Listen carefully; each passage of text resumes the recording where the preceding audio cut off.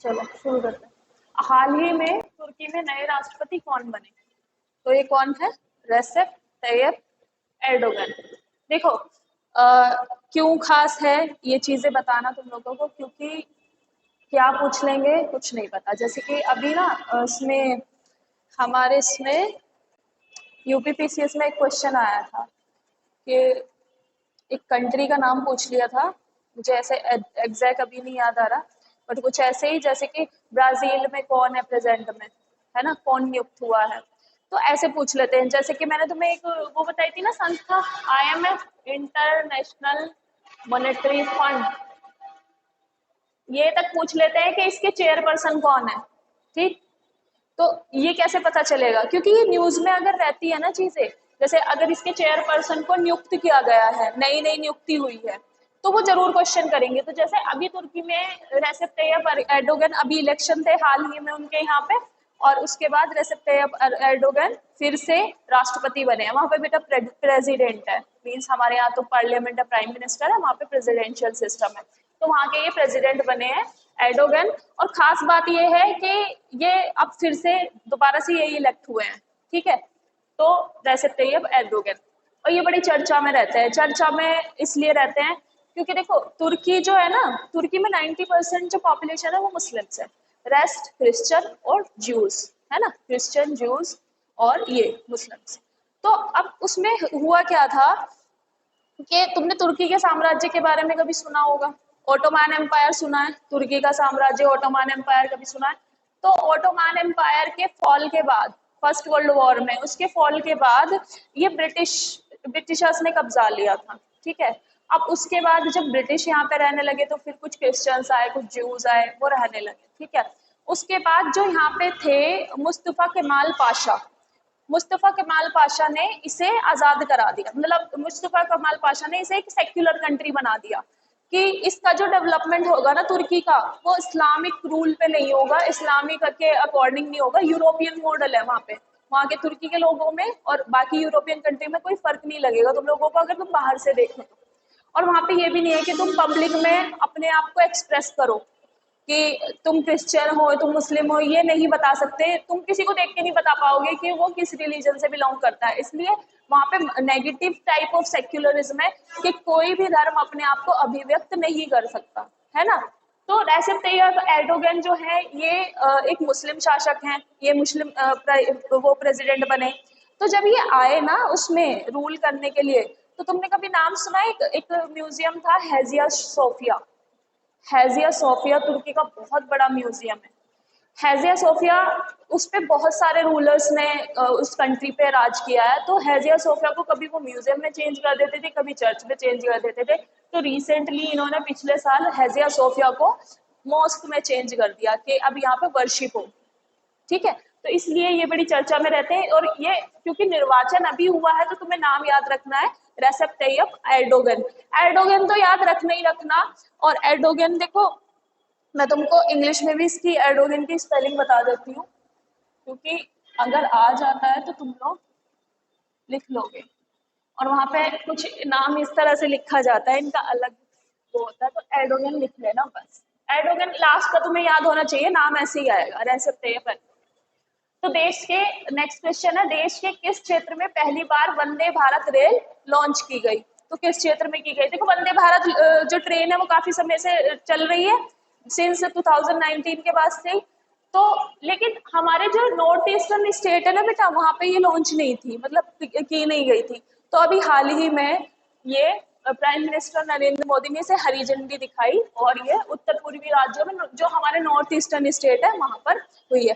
अब हमारे north eastern state जो है इनको सेवन सिस्टर कहते हैं। ठीक है, सेवन सिस्टर्स।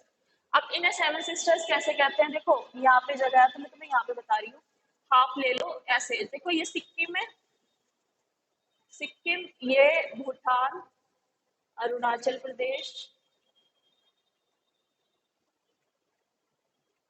मिजोरम,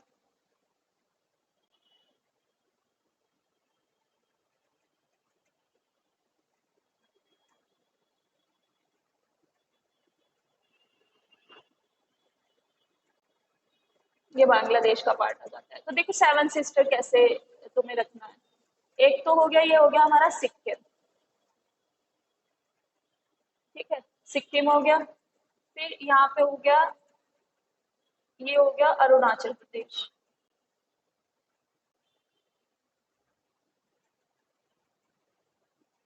अरुणाचल, ठीक है, वन टू। अरुणाचल प्रदेश के बाद यहाँ पे ले लो असम।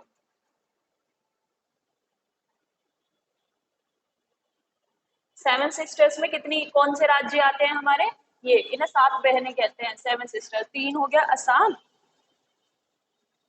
ये बंगाल का पार्ट, इसके असम ये नहीं है, ठीक है। अब यहाँ पे देखो त्रिपुरा,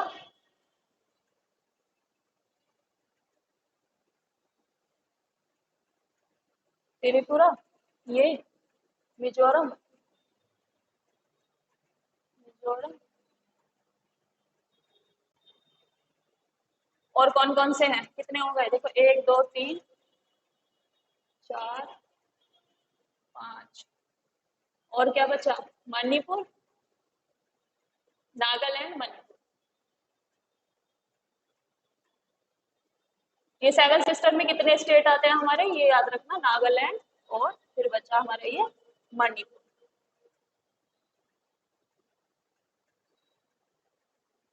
मणिपुर ऐसे याद रखना, one two three four five six seven.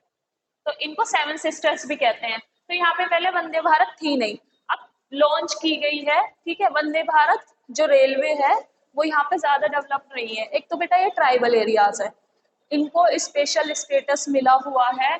हमारे जो कॉन्स्टिट्यूशन में वो हमारा आना अभी बाकी है, मैं पढ़ाऊंगी फिफ्थ और सिक्स्थ शेड्यूल में।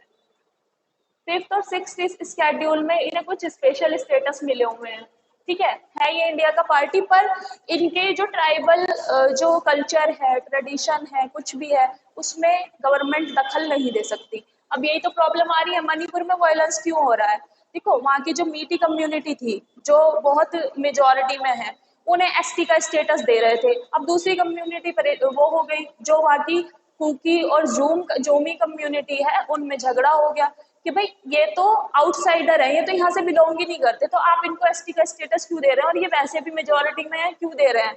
एसटी का स्टेटस उन्हें दे देंगे तो जो कुकी और जोमी को राइट्स मिल रहे हैं वो भी उन्हें दिए जाएंगे, ठीक है। लेकिन जो कम्युनिटी मेजोरिटी में, उसे प्रिजर्व करने की जरूरत ही नहीं है। तो इसलिए वहां पे बहुत ज्यादा वायलेंस हुआ था, और वहां की जो गवर्नमेंट है, एस बीरेन है शायद वहां पर चीफ मिनिस्टर इस समय, तो उनके खिलाफ भी बहुत अनरेस्ट है, और वो कह रहे हैं कि एस बीरेन को हटा दो, प्रेसिडेंट रूल लगा दो हमारे यहाँ पे। तो अभी वहां के मणिपुर के लोग इसके लिए बात, तो ये सेवन सिस्टर्स है, और यहाँ पे अभी इसी इन्हीं, ये पूरा उत्तर पूर्वी है बेटा, इसे हम कहते हैं नॉर्थ ईस्ट, है ना, नॉर्थ ईस्ट। दिल्ली में कभी तुमने कुछ देखे हो ना, जिनको तुम ये कह देते हो कि चाइना के हैं, वो चाइना के नहीं होते, वो हमारे नॉर्थ ईस्टर्न ही है, हमारी भाई बहन है वो, ठीक है। तो हमारे नॉर्थ ईस्टर्न जो है वही है, ठीक है। तो ये हो गया। देश की वर्तमान वित्त मंत्री कौन है, तो ये तुम्हें पता है कौन है वित्त मंत्री किसे कहते हैं। वित्त मीन्स क्या होता है, देखो इसलिए कहते हैं कि कुछ चीजें इंग्लिश में ही सही लगती हैं।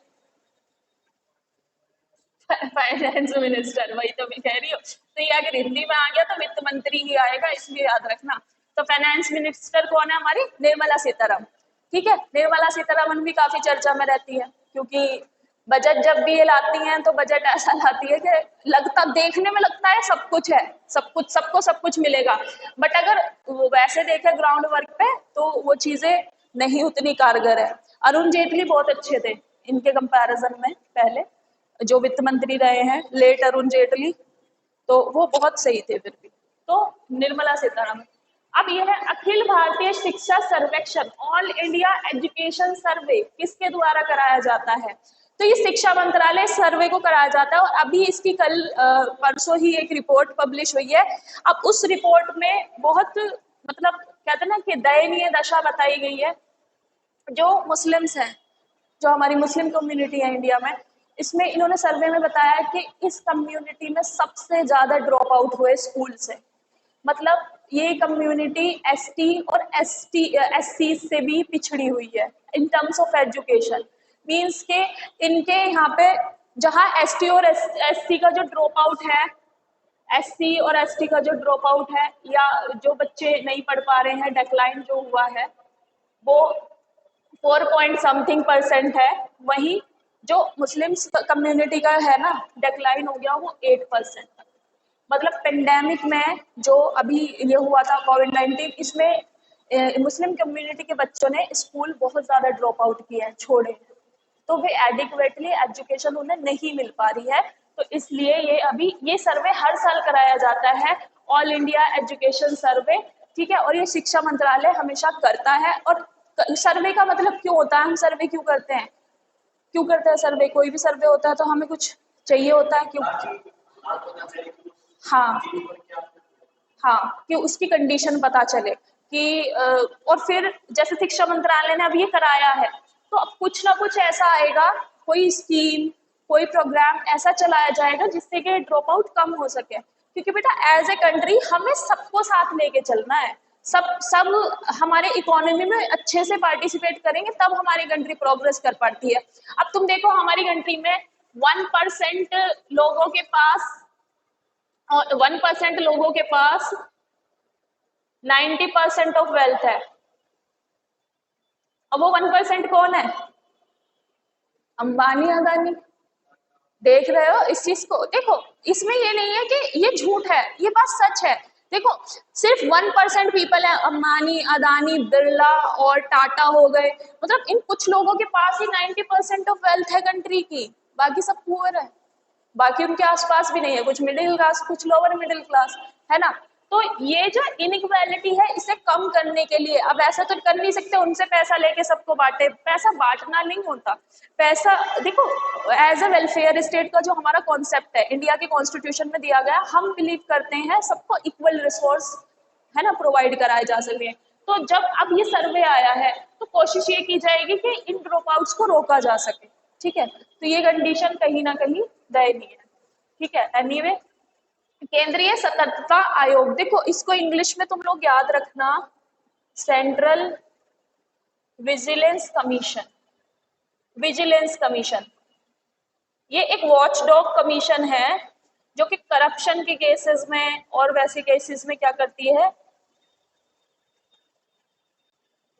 विजिलेंट करती है, देखती है। जैसे इनविजिलेटर होता है ना, इनविजिलेटर एग्जामिनेशन हॉल में देखता है, तो सेम उसी वर्ड से आया है विजिलेंस। विजिलेंस मीन्स सतर्कता, यानी कि वो सारी चीजें देखते हैं in the matters of corruption. और इससे अभी अभी कल नवनिर्वाचित जो हमारी राष्ट्रपति है, क्या नाम है राष्ट्रपति का प्रेजेंट में देश की? हाँ, श्रीमती द्रौपदी मुर्मू। तो उन्होंने अभी उनका क्या किया है, नियुक्ति, प्रवीण कुमार श्रीवास्तव। तो जो सीबीआई हो, सेंट्रल विजिलेंस कमीशन हो, यूपीएससी के चेयरपर्सन हो, या फिर तुम इसका कह लो कि किसी भी स्टेट के गवर्नर हो, सुप्रीम कोर्ट के जज हो या हाई कोर्ट के जज हो, कौन नियुक्त करता है उन सबको? प्रेसिडेंट, है ना। सलाह भले ही काउंसिल ऑफ मिनिस्टर दे, कॉलेजियम सिस्टम उनको रेकमेंड कर सकता है, बट नियुक्ति उन्हीं के हाथों होती है, शपथ वही दिलाते हैं उनको, है ना। तो ये प्रवीण कुमार श्रीवास्तव अभी इस आयोग के वो नियुक्त हुए हैं अध्यक्ष। नई पहल योजना का उद्देश्य क्या है?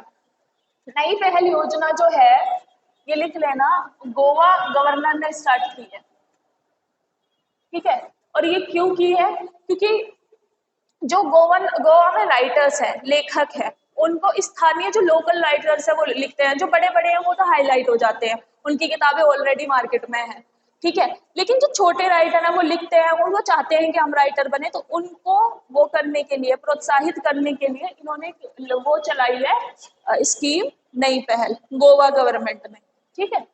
अब नेक्स्ट है, हाल ही में इसरो ने कौन सा उपग्रह लॉन्च किया है? तो देखो उपग्रह ने लॉन्च ये किया है NVS-01, इसका नाम ऐसे ही रखना। और ये क्या है? एक नेविगेशन सैटेलाइट। नेविगेशन सैटेलाइट किसे कहते हैं? नेविगेशन वर्ड तो सुना ही होगा तुमने, नेविगेशन सैटेलाइट किसे कहते हैं? हाँ, जो मैपिंग करते हैं, जो ये देखते हैं वेदर कैसा है, या फिर और क्या, नेविगेशन के थ्रू ही तो हम अपने इसमें गूगल मैप चला पा रहे हैं। देखो, और मैं तुम्हें थोड़ा और प्रॉपर वे में बता देती हूँ डेफिनेशन, तो तुम लोग समझ जाओ। हाँ, जियो पोजिशनिंग के लिए, है ना, ये कृत्रिम उपग्रह होते हैं जियो पोजिशनिंग के लिए, ठीक है। और ग्लोबल कवरेज इसमें होती है, जैसे कि अब हम अपने टीवी पे ये भी देख सकते हैं कि अमेरिकन चैनल्स कुछ है या ब्रिटिश चैनल हैं कुछ, तो वो हम किसके थ्रू देख पा रहे हैं, वो तो एक्सेस देते नहीं है, बट जो उपग्रह लॉन्च होते हैं वो फिर सभी का कवरेज कर लेते हैं, है ना। और जैसे गूगल मैप सबसे अच्छा एग्जाम्पल है, नेविगेशन सैटेलाइट की मदद से ही हम गूगल मैप अपना ओपन कर पाते हैं, तभी ये हमारी पोजिशनिंग करता रहता है, ठीक है। अब इसरो के वर्तमान के अध्यक्ष कौन है, इसरो की तो पता ही तुम्हें, इंडियन स्पेस रिसर्च ऑर्गेनाइजेशन, है ना, हमारा स्पेस सेंटर है ये इंडिया का। और इसके वर्तमान अध्यक्ष कौन है, एस सोमनाथ। पहले के सिवान थे चंद्रयान 2 के टाइम पे, जो कि हमारा मिशन असफल हो गया था, चंद्रयान, ठीक है। चंद्रयान तो सुना था, चंद्रयान 2 वो लॉन्च किया था, एक सैटेलाइट उसके यहाँ पर किसके ऑर्बिट में, मून के साउथ पोल में। देखो मून के साउथ पोल में, देखो मून के जो है ना, हमें मून का सिर्फ ये पार्ट दिखता है, ठीक है, जो पीछे की तरफ है वो हमें नहीं दिखता है। तो मून का जो पीछे का पार्ट है, जो साउथ पोल है उसका, उस पोल में भेजने के लिए वहां पे, कि वहां से वहां के सैंपल्स कलेक्ट करके लाए कि वहां पे क्या है, इफ वाटर इज अवेलेबल और नॉट, ऑक्सीजन इज अवेलेबल और नॉट, तो वो सारी चीजें के लिए चंद्रयान 2 गया था। लेकिन चंद्रयान 2 फिर हमारा सफल हो गया था क्योंकि कनेक्शन बीच में टूट गया था। और देखो साउथ पोल में कोई भी चीज भेजना बहुत मुश्किल है, इसमें सिर्फ कुछ कंट्री सफल हुई है, जैसे कि चाइना।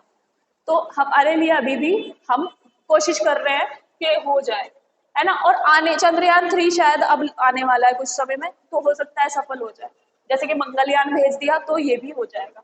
हाल ही में आईपीएल 2023, तो ये तो तुम्हें याद ही है। ये इसलिए कह रही हूँ क्योंकि ये भी पूछ लेते किस क्रिकेटर ने कितने रन बनाए थे स्पोर्ट्स में, और किसने जीती कौन सी टीम, और क्या उस समय ना याद आए या कुछ, तो फिर भी मैंने ये लिख दिया चेन्नई सुपर किंग्स। और इसमें जो महेंद्र सिंह धोनी, उन्होंने रिकॉर्ड भी बनाया है, कोई क्या किया था उन्होंने, देखा तुमने कुछ, कुछ 19 समथिंग ओवर थे और उन्होंने सिक्सर्स लगाए 19th ओवर में, सिक्सर्स एंड 4, और वो मुझे रिकॉर्ड इनका याद नहीं आ रहा क्या रिकॉर्ड था, बट कुछ रिकॉर्ड बनाया। हाँ, स्टंपिंग का याद आ गया, 300 स्टंपिंग इनकी पूरी हो गई है। स्टंप आउट करते हैं ना ये धोनी, हाँ विकेट कीपर है, तो इनकी 300 स्टंपिंग शायद पूरी हो गई, इन्होंने रिकॉर्ड बनाया है, ये 300 स्टंपिंग किसी खिलाड़ी के हाथ में है, ठीक है। पहले हम देखते थे लेकिन अब सब छूट गया, तो अब नहीं देखते, नहीं देखा कभी भी। क्रिकेट भी अच्छा लगा, फुटबॉल रोमन रेंज फैन किसका है, रोमन रेंज ब्रॉक लेसनर, सच में ब्रॉक लेसनर तो जब वो रोमन के साथ मतलब फाइट करता था ना, तो वो चीज मतलब ऑलरेडी वो चीज कहीं ना कहीं स्क्रिप्टेड रहती थी, स्क्रिप्टेड रहता उनका शो। हाँ हाँ, उसी चीज के मार्केट के ही पैसे हैं, बट जो बात है रोमन रेंज पर्सनालिटी उसकी अच्छी लगती थी। डेंगू संक्रमण किसके कारण होता है, वायरस के। देखो अब डेंगू अब चलने लगेगा, क्यों, मानसून आएगा, मानसून में बारिश की वजह से पानी जमा होगा, पानी की जमा होने की वजह से मच्छरों की तादाद बढ़ेगी, और जो वायरस होता है वो वाहक जो होता है वो एडीज मच्छर होता है इसका, और ये साफ पानी में रहता है, खराब पानी में नहीं रहता। जो साफ पानी जमा होता है वहां पे ये अपना लार्वा वगैरह जमा करता है, तो ये इसका वाहक रहता है। और डेंगू होता किसकी वजह से है, ये यूपीपीसीएस में अभी मैं बता रही हूँ, UPPSC, Uttar Pradesh public service commission 2023 में पूछा गया है ये क्वेश्चन कि डेंगू संक्रमण किसके कारण होता है, तो ये होता है वायरस के। कभी भी ऑप्शन में आए बैक्टीरिया, फंगस, वायरस और एक और चीज कुछ आ जाए तो वायरस ही लगाना, डेंगू वायरस की वजह से होता है। और यूपीपीसीएस 2023 में पूछा गया है ये, तो ऐसे क्वेश्चन भी पूछे जाते हैं, तो ऐसे मत सोचा करो, ये सोच के मत जाना कि ये तो आएगा ही नहीं, सब कुछ करके जाना। ठीक है। और कुछ बुकलेट आते हैं, जैसे मैं एक बताती हूँ तुम्हें, घटना चक्र बहुत अच्छी आती है इसके लिए। घटना चक्र वो सभी में हेल्प कर जाएगी, पीसीएस में भी, यूपीएसआई में भी, और इसमें भी जो एसएससी वाले एग्जाम है। ठीक है, तो घटना चक्र जो है, घटना चक्र ये पब्लिश करते हैं। देखो, करंट अफेयर्स के लिए भी आती है घटना चक्र,